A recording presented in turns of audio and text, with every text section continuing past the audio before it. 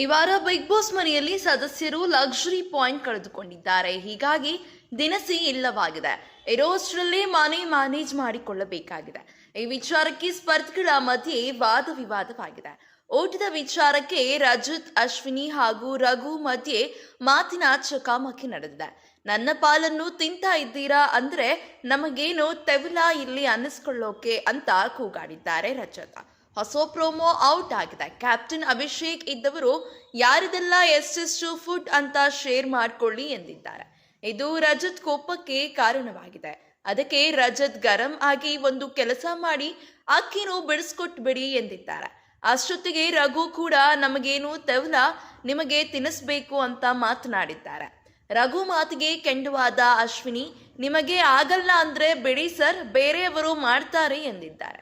ನೀವು ಏಕೆ ಎಲ್ಲದಕ್ಕೂ ಮಾತನಾಡಲು ಬರ್ತೀರಾ ಅಂತ ರಘು ಕೇಳಿದ್ದಕ್ಕೆ ತೆವಲು ಅನ್ನೋದು ಏಕೆ ಅಂತ ಕೂಗಾಡಿದ್ದಾರೆ ಅಶ್ವಿನಿ. ನನಗೆ ಬೇಕು ಅಂದ್ರೆ ನಾನು ತಿಂತೀನಿ, ಅವರು ಬೇಕು ಅಂದ್ರೆ ಅವರು ತಿಂತಾರೆ, ನನ್ನ ಪಾಲನ್ನು ತಿಂತಾ ಇದ್ದಾರೆ ಅಂದ್ರೆ ನಮಗೇನು ತೆವಲ ಇಲ್ಲಿ ಅನಿಸ್ಕೊಳ್ಳೋಕೆ ಅಂತ ಕೂಗಾಡಿದ್ದಾರೆ ರಜತ್. ಕೆಚ್ಚು ಹೆಚ್ಚಾಗಿರೋ ಮನೆಯಲ್ಲಿ ಹೋಗೋರು ಯಾರು, ಉಳ್ಕೊಳ್ಳೋರು ಯಾರು ಎಂಬುದೇ ವೀಕ್ಷಕರಲ್ಲಿ ಇರುವಂತಹ ಕುತೂಹಲ. ಈ ವಾರ ಲಕ್ಸುರಿ ವೇಳೆಯೂ ಬಿಗ್ ಬಾಸ್ ಒಂದು ಟ್ವಿಸ್ಟ್ ಕೊಟ್ಟಿದ್ದರು. ಮನೆ 10,000 ಪಾಯಿಂಟ್ ಪಡೆದುಕೊಂಡಿತ್ತು.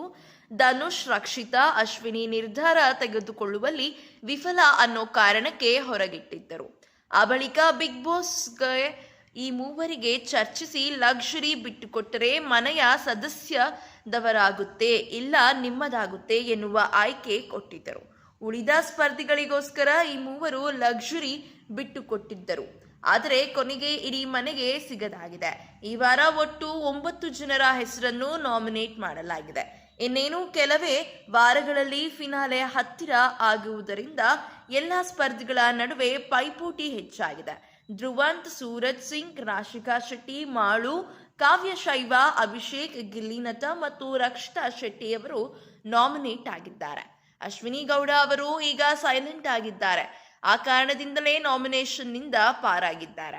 ರಘು ಕೂಡ ನಾಮಿನೇಷನ್ ನಿಂದ ಪಾರಾಗಿದ್ದಾರೆ.